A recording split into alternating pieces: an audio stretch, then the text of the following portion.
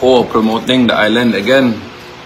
Pero, wala acknowledgement. Kabi-kabilang batikos nga ang kinakaharap ngayon ng mag-partner na vlogger na sina Sean Pelayo at Krisa Liaging o mas kilala bilang si Habibi. Mula sa mga fans ng kapamilya actress at TV host na si Ann Curtis, maging sa mga netizens at iba pang turista. Matatanda ang nag-viral ang mga post ni Ann Curtis kung saan kuha ito sa Siquijor. Kabilang nga sa mga napuntahan ni Ann ay ang centuries-old banyan tree at Cambugahay Falls ng nasabing isla. Mabilis ngang nag-viral online ang mga kuhang video and photos na ito ni Ann. At marami nga sa kanyang tagahanga ang namangha sa ganda ng Siquijor Island. Humakot din ng milyong-milyong views ang naging ferry walk ni Ann, kung saan maraming ang netizens at turista ang gumawa ng kaparehang ferry walk ni Ann Curtis. At nito nga lang ilang araw ang nakakalipas sa Facebook Live ng mag-asawang Sean at Habibi. Dito nila nabanggit na hindi raw nila naramdaman ang suporta ng Siquijor government kahit na matagal na nilang pinopromote ang tourist destinations sa isla. Sina Sean at Habibi ay kapwa nakatira ngayon sa Siquijor. Patungkol naman sa pagta-travel ang kadalasang content ng kanilang vlogs. At sa kanilang Facebook Live, mayroong kanilang followers na nagkomento tungkol sa pagsikat ng Siquijor sa social media. At dito nga nabanggit ng mag-asawa ang kanilang sentimiento. Ani Sean, ako promoting the island again pero walang acknowledgement. Na mabilis ng ayunan ni Habibi. Ani Habibi, if I will be the local government, I will say thank you for always promoting Siquijor. Dapat ma-appreciate din nila si Sean dahil nag-promote din naman siya ng Siquijor. At dito na nga nag-react ang mga netizens sa naging pahayag ng dalawa. Maraming netizens, particular na ang mga taga-Siquijor, ang nagsabing masyadong entitled ang mga ito.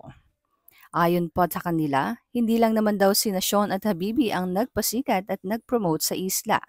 Kaya hindi raw nila maintindihan kung bakit humihingi ng acknowledgement ang dalawa.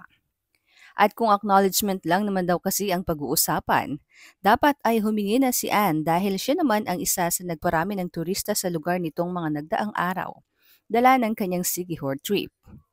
Dagdag pa ng netizens, matagal na raw nakikilala ang Siquijor dahil sa kamanghamanghang mga tanawin dito, bago pa man ito i-vlog ni Sean at Habibi. Ayon sa netizen, Siquijor has long been known for its beautiful beaches, stunning waterfalls, and the iconic love potion. Tourists have been visiting for years, long before that couple became publicly known.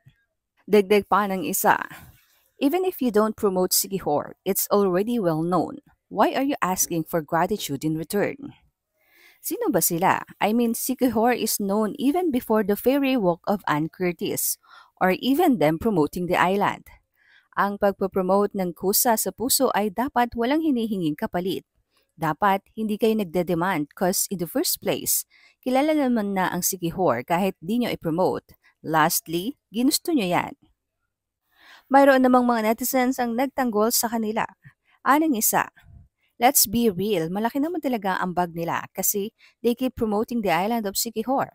I understand yung point nila and para sa akin, deserve nila more than acknowledgement sa tourism ng Siquijor mismo.